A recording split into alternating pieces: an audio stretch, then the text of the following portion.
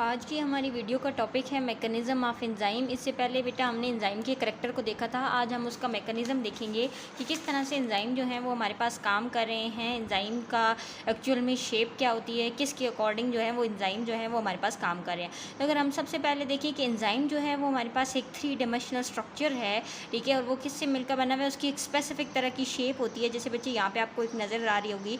अब इस शेप के अंदर हमारे पास डिफरेंट तरह के क्या हैं, अमाइनो एसिड जो हैं वो आपस में मिलकर उन्होंने एक ग्लोबुलर स्ट्रक्चर जो बनाया हुआ है, वो हमारे पास एंजाइम का एक स्ट्रक्चर जो है वो उसको हम कहते हैं कि यानी एंजाइम जो है वो प्रोटीन से मिलकर बने हुए हैं और उसकी क्या है हमारे पास एक स्पेसिफिक शेप है।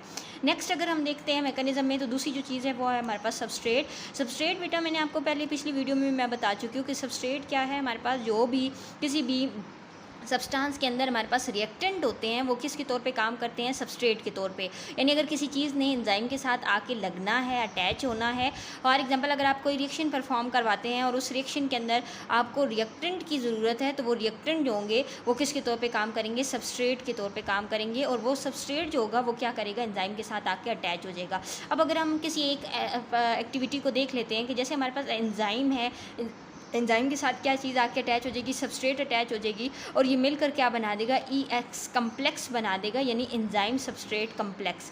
दूसरा क्या है, जब ये इसके साथ आके जुड़ जाएगा बेटा, तो जो एंजाइम होगा वो इस सबस्ट्रेट के ऊपर अपना काम करेगा और जो सबस्ट्रेट होगा वो किस में कन्वर्ट हो जाएगा, हमारे पास प्रोडक्ट में कन्वर्ट हो जाएगा। अब हम प्रोडक्ट को देखते हैं कि प्रोडक्ट क्या है कि जब एंजाइम सबस्ट्रेट के साथ मिला है, उसने क्या किया है, जो भी उस रिएक्शन से हमें होने वाली चीज़ जो रिक्वायर थी, जो सब्सटेंस हमें रिक्वायर था, जैसे कि आपको पता है कि अगर हम एक रिएक्शन की बात करते हैं कि C6H12O6 सेलुलर रेस्पिरेशन की प्रोसेस की हम एग्जांपल ले लेते हैं बच्चे, तो इसमें ये क्या था, एक सबस्ट्रेट के तौर पे, एक रिएक्टेंट के तौर पे काम कर रहा था। जब ये इसके साथ रिएक्ट किया तो ये आके किस में कन्वर्ट होगी, हमारे पास प्रोडक्ट में कन्वर्ट होगी। तो अब ये वाली जो चीज़ है वो आपकी क्या कहलाएगी, प्रोडक्ट कहलाएगी। नेक्स्ट अगर हम बात करते हैं तो हमारे पास है एक्टिव साइट। एक्टिव साइट बेटा क्या होती है कि वो जगह जहाँ पे आके एंजाइम उसके साथ अटैच होता है, उसको हम क्या बोलते हैं, एक्टिव साइट। एक्टिव साइट की बेटा हम बात कर रहे थे। एक्टिव साइट क्या है कि इस एंजाइम के ऊपर जो जगह है जहाँ पे आके सबस्ट्रेट इसके साथ अटैच होता है, उसको हम क्या कहते हैं, सबस्ट्रेट कहते हैं। यानी स्पेसिफिक साइट जिसके ऊपर एंजाइम आके लगता है उसको क्या बोलेंगे, सबस्ट्रेट बोलेंगे। अब एक्टिव साइट के ऊपर अगर हम इसको देखें कि enzyme and substrate react with each other through charge bearing site. अब इस चार्ज बेरिंग का मतलब क्या है बच्चे, कि क्या होता है, हमारे पास जो भी हमारे पास यहाँ पे अमाइनो एसिड है या जो भी अमाइनो एसिड है, उसके ऊपर कोई ना कोई चार्ज होता है। वो चार्ज बच्चे पॉजिटिव भी हो सकता है, वो चार्ज नेगेटिव भी हो सकता है, लेकिन जो सबस्ट्रेट होगा उसके ऊपर जो चार्ज होगा वो हमेशा चार्ज हमारे पास ऑपोजिट ही रहता है। इस चार्जेस की अट्रैक्शन की वजह से भी वो जो सबस्ट्रेट है वो एक्टिव साइट के ऊपर आके जो है वो हमारे पास अटैच हो जाता है।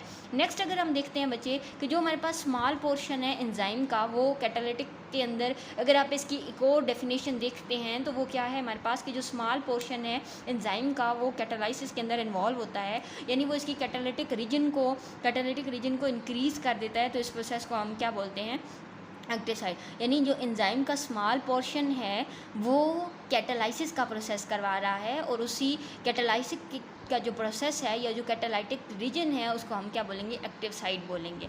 अब एक्टिव साइट जो है बेटे कि जो आपकी यहाँ पे हम एक एंजाइम बना लेते हैं, तो एंजाइम के ऊपर वो कह रहे थे कि ये हमारे पास क्या है, ये इसकी एक्टिव साइट है जहाँ पे आके सबस्ट्रेट उसके साथ अटैच होगा। तो अब स्मॉल पोर्शन ऑफ एंजाइम के एंजाइम का वो हिस्सा, ये वाला जो आपको एंजाइम का ये पार्ट नज़र आ रहा है, जो क्या करेगा, इस सबस्ट्रेट के साथ रिएक्ट करके रिएक्शन को स्पीड अप करवाएगा, कैटालाइसिस करवाएगा, वो हमारे पास उसकी कौन सी साइट कहलाएगी, एक्टिव साइट कहलाएगी।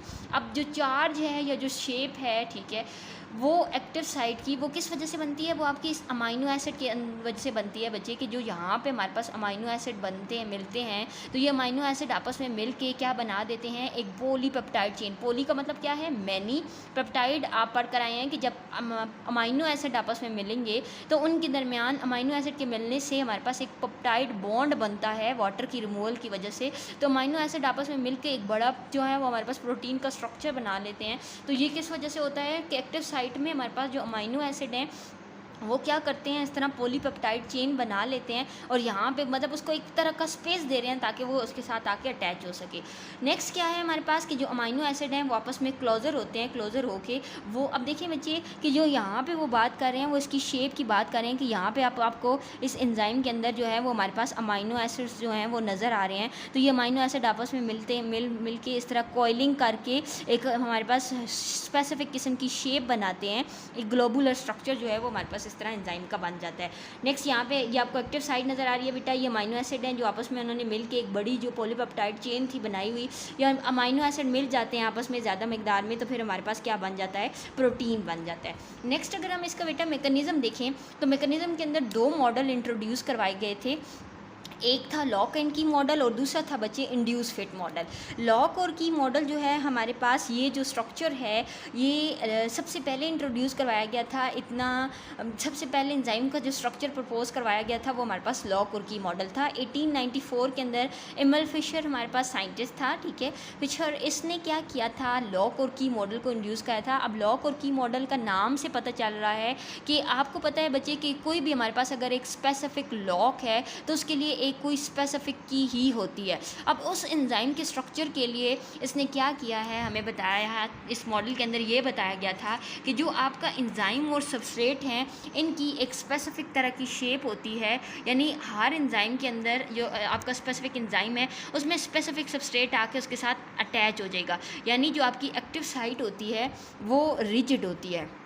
लॉक और की मॉडल में बच्चे कि जो आपकी एक्टिव साइट होती है, ठीक है, अगर आप देखें कि जो सबस्ट्रेट और एंजाइम है वो एक दूसरे के अंदर एग्जैक्टली क्या आ जाते हैं, फिट आ जाते हैं। अब ये जो आपकी एक्टिव साइट है बेटा ये रिजिड स्ट्रक्चर होता है, यानी एक सख्त किस्म का स्ट्रक्चर होता है, इसमें कोई फ्लेक्सिबिलिटी नहीं होती। जैसी सबस्ट्रेट की शेप होगी वो आके इसके साथ अटैच हो जाएगी। अब देखिए लॉक और की मॉडल में भी तो हम लॉक और की का क्या काम है, यही कि जो लॉक के अंदर उसकी स्पेसिफिक शेप बनी होती है वही की जाके उसके साथ वहाँ पर अटैच हो जाती है। तो इस लॉक और की मॉडल में भी जो उसकी एक्टिव साइट होगी स्पेसिफिक सबस्ट्रेट आके स्पेसिफिक एंजाइम के साथ जो है वो अटैच हो जाएगा। अब दूसरा जो हमारे पास मॉडल है वो है induce fit model. Induce fit model किसने दिया था, 1958 के अंदर हमारे पास एक साइंटिस्ट है डैनियल कॉशलैंड, इसने इंड्यूस फिट मॉडल को इंट्रोड्यूस करवाया था। बेटा ये मॉडर्न जो है हमारे पास एक मॉडर्न तरह का मॉडल है, ये पहले इंट्रोड्यूस करवाया गया था, इसको बाद में इंट्रोड्यूस करवाया 1958 के अंदर। अब दोनों में फ़र्क बच्चे ये है कि यहाँ पे जो हमारे पास स्ट्रक्चर था वो रिजिड था, लेकिन यहाँ पे जो उसका स्ट्रक्चर होता है वो रिजिड नहीं होता। वो ये वाली जो जगह होती है बच्चे वो सख्त नहीं होती, उसकी एक स्पेसिफिक शेप होती है कि एंजाइम जो है वो अपने आप को इस तरह से, अगर आपको यहाँ पे एंजाइम की शेप नज़र आ रही है, ठीक है, तो आगे सबस्ट्रेट की भी है, सबस्ट्रेट की शेप कोई और है, ठीक है, जैसे सबस्ट्रेट की इस तरह वाली शेप है, तो यहाँ पे जो एंजाइम होगा वो क्या करेगा, अपनी शेप को चेंज कर लेगा। यानी एंजाइम की शेप इस तरह हो सकती है, सबस्ट्रेट की या एंजाइम की शेप, यानी वो इस तरह की जो एंजाइम की जगह होगी वो फ्लेक्सिबल होगी, वो बाहर से जो आने वाली चीज़ होगी रिजिड स्ट्रक्चर नहीं होगा, बाहर से आने वाली चीज़ आसानी से इसके अंदर अटैच हो जाएगी, चाहे वो जिस भी शेप में प्रेजेंट है। एंजाइम अपने आप को शेप्स को मोल्ड कर लेगा। मॉडिफाइड फॉर्म ऑफ स्ट्रक्चर है, सबस्ट्रेट आसानी से आके अटैच कर लेता है। मोल्ड, इसमें मोल्ड हो सकती है, यानी उसकी शेप जो है वो हमारे पास क्या हो सकती है, चेंज हो सकती है।